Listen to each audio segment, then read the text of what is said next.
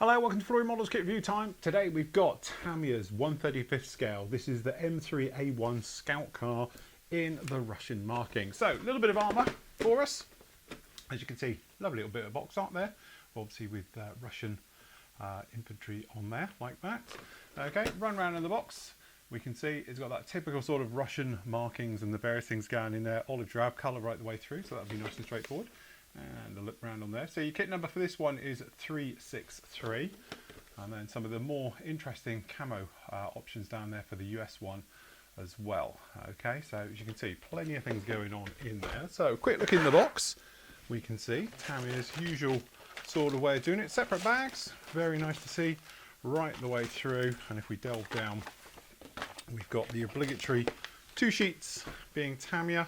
So first of all, we've got a little bit of an information sheet on the vehicle itself, some of the points down in here in all the languages. So there's the English version of it just down in there, and obviously a little bit of background on the vehicle itself, which is lovely. Okay, instructions, stapled, Tamiya's standard sort of way of doing these things, as we can see right the way through. So usual thing, working down here underneath the chassis, starting to bring those areas together right the way through. A little bit of transmission work, which is quite nice. So we're showing all the details down underneath there with the engine, and then obviously some of the parts shown in situ as well. The actual running gear right the way through, with the hubs and various things being put through, exhaust system, release springs, all the usual bits and pieces you'd find underneath here going right the way through. So plenty of scope for detail down in there, and then the actual rear release springs being fitted on there as well, and then just going through the motions of building up all the sort of running gear underneath. Talking about the hubs, removing some of the tabs you're going to be left behind on those as well. That roller system onto the front one as well for the sort of de-ditching roller.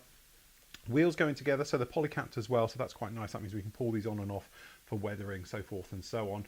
Adding the wheels onto the chassis right the way through, and then running on the internal. So it looks like it's checker plate all on the inside, and then obviously we've got all the sort of controls being fitted down in there. First part of the actual dash, and then obviously a fire extinguisher being fitted down in there as well. A couple of the bulkheads and various items being put together, the sides going on there as you can see like that. Toolbox hatches, things like those being fitted down in there on the front, with the actual wheel arches going down in there, and then obviously the armoured front obviously can be displayed open or closed, a very nice touch on that one as well. Bonnet being fitted down onto there as well, going right the way through, and more armour plating onto the side. Also talking about a little snap fit down in here. I must admit, I don't think I've seen Tamiya mention snap fits before, but the radiator being fitted down in there goes in with obviously a little bit of a click. Okay, and then right the way through, depending on which ways you're going to be showing this and displaying it open or closed, things like that right the way through. And with these front sort of louver door grille system being opened up as well, being fitted down in there. Okay, then that entire top part dropping down onto the actual chassis itself. Okay, and then running around on the top side, we've actually got those gun ports that sort of are on a rail system that sort of slide around on the top there. So we've got both of those being fitted in, and then some of the stowage equipment, lights, things like that, being fitted down on the outside. More of those all being fitted in there, fuel cans, things like that, and then same around the rear as well. So various items being located. All right, seats being fitted down in there, instrument panel, some of the glass work right the way in there and fitted in, windscreen wipers, so forth and so on, and then some of the equipment. So obviously we've got the M2 heavy machine gun system, which are obviously going to go on those rollers on there. We've got the 19 Brownings being fitted down on there as well, and again, nice little touch, we do get the full crew. So down there we've got driver, the commander and the crew right the way through, and then some of the positions that they can be shown in right the way in there, which is actually a very nice touch. And then the marking, so we've got the Red Army, one down there in Eastern Germany, April 1945, or we got the 82nd Armoured Reconnaissance Battalion, 2nd Armoured Division, Sicily, 1943. Again, a couple of nice little things going down in there, and some more bits about the back of it on the back. Again, really nice looking thing. Okay, so we will let's start with the chassis parts underneath. So it's nice to see Tamiya still doing the old staple trick, which means you find staples everywhere.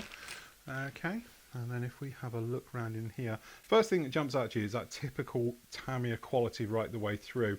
Beautiful work with all of this stuff on here. So we've got this gorgeous checker plate running all the way on the underside down in here, and obviously all these pins in this are for the location of obviously all the seats and the various things that are going to go down there. But that checker plate is beautifully done. And then again, looking at these parts down here on the side, you can probably see the attention to detail with the riveting and the bolting and everything else. And these are sharp as well. Very good, crisp details running in with those panel lines. It's one piece as well with the running gear running front to rear, with the transmission section in there as well, so no nasty joins being put together in there.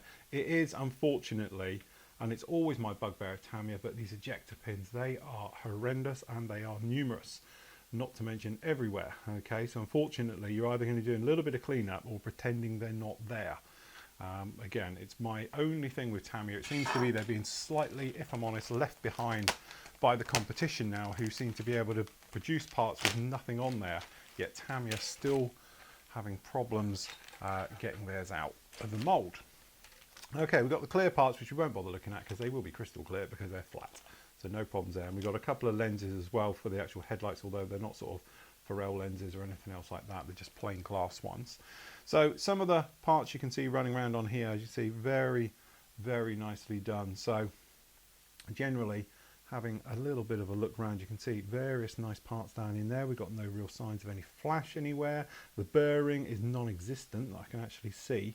Okay, and again, the sprue gates, very finely done. Unfortunately, it's quite large on these areas as well, just being critical. Okay, but generally, very nice indeed. No problems with these at all.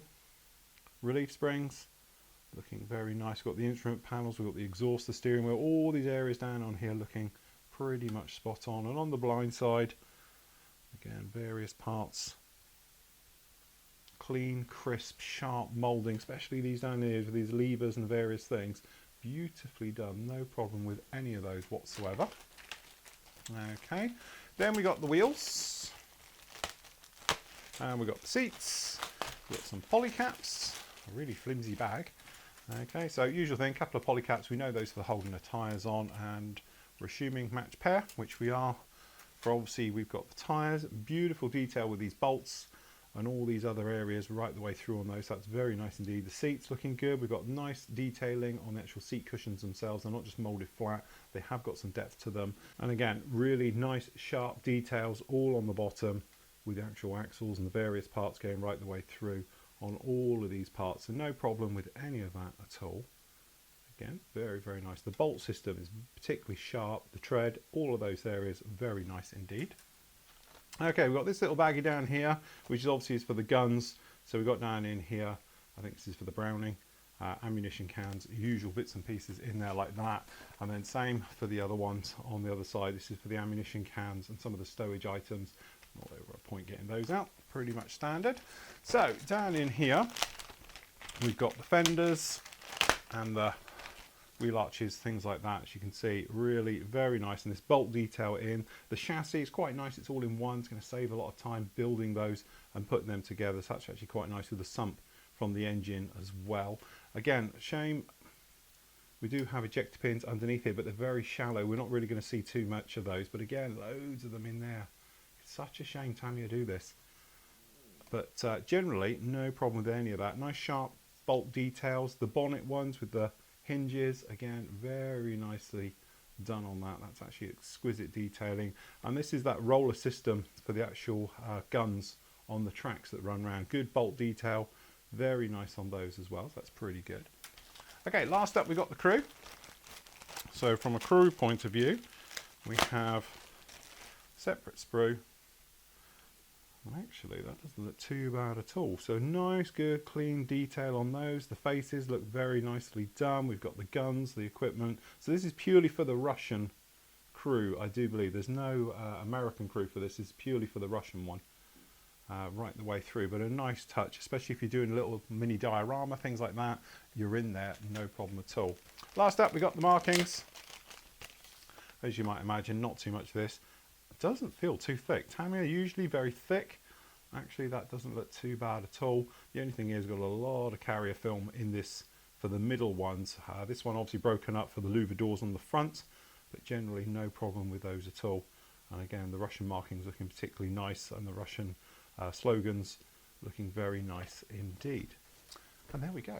It's a great little kit. It's just a shame still to this day, Tamiya, this thing with ejector pins, it's almost like there's more ejector pins than ever before. Or it may be just perhaps I'm looking at them a little bit more because other companies in their manufacturing seem to be moving away from ejector pins being anywhere on a part, but Tamiya still seem to be sticking with that one. That's the way they get them out of the mold, and there's not a lot of thought for the modeler having to get rid of them all afterwards. So really that's my only bugbear with that kit. Apart from that, beautiful kit, great to have the crew in there as well, so if you're thinking about doing a little diorette or even to a full-size diorama, that's definitely going to get you well underway.